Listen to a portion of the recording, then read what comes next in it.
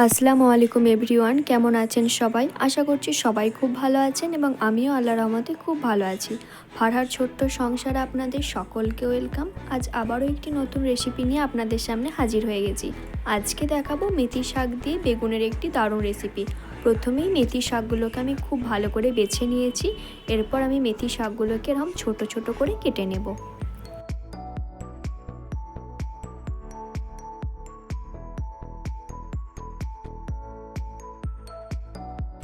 এখন আমি বেগুনটাকেও কেটে নিচ্ছি। এই রান্নার ক্ষেত্রে বেগুনটাকে ঠিক এরকম করে কেটে নিতে হবে।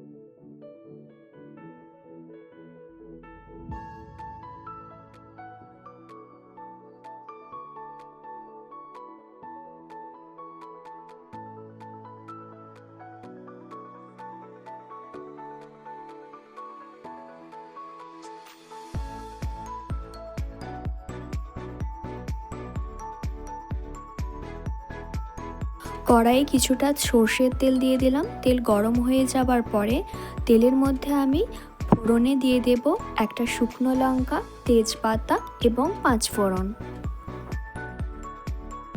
ফোড়নটা দেবার পরে কিছুক্ষণ নেড়ে চেড়ে এর মধ্যে আমি কুচানো পেঁয়াজ দিয়ে দেব।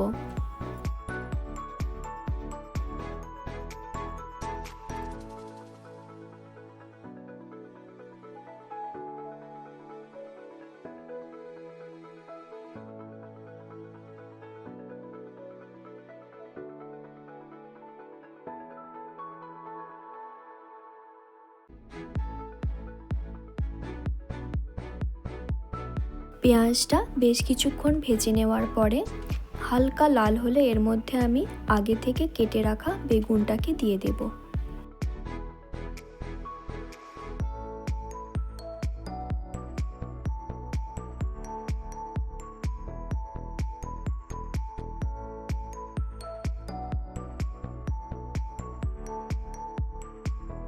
দিয়ে দেব কিছুটা পরিমাণে হলুদ গুঁড়ো এবং স্বাদ মতো লবণ।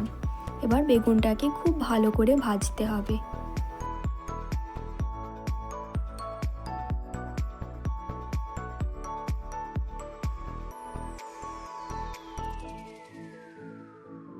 বেগুনটা যাতে খুব তাড়াতাড়ি সেদ্ধ হয়ে যায় তাই গ্যাসের ফ্লেমটা লো করে আমি ঢাকা দিয়ে দেব। ঢাকা খোলার পরে দেখি বেগুনটা আরও কিছুটা সেদ্ধ হতে বাকি আছে, তাই আমি আবারও ঢাকা দিয়ে দেব। এখন দেখুন বেগুনটা প্রায় ভালোভাবে সেদ্ধ হয়ে গেছে। আমি আরও বেশ ভালো করে নেড়ে চেড়ে দিয়ে এর মধ্যে আমি মেথি শাকটা দিয়ে দেব।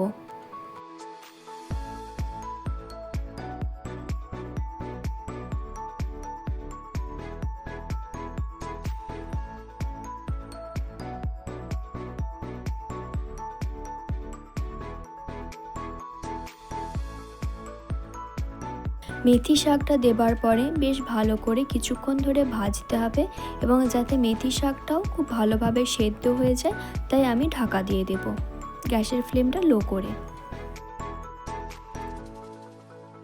ঢাকা খোলার পরে দেখুন মেথি শাক এবং বেগুনটা কতটা কমে এসেছে। যতটা পরিমাণে লাগছিল তার প্রায় হাফেরও হাফ হয়ে গেছে। তাই আমার এই রেসিপিটা কমপ্লিট হয়ে গেছে। আপনাদের যদি রেসিপিটা ভালো লাগে প্লিজ একটা লাইক করে দেবেন, একটা কমেন্ট করে দেবেন এবং আমার চ্যানেলটি সাবস্ক্রাইব করে আমার পাশে থাকবেন। সবাই অনেক ভালো থাকবেন। ধন্যবাদ।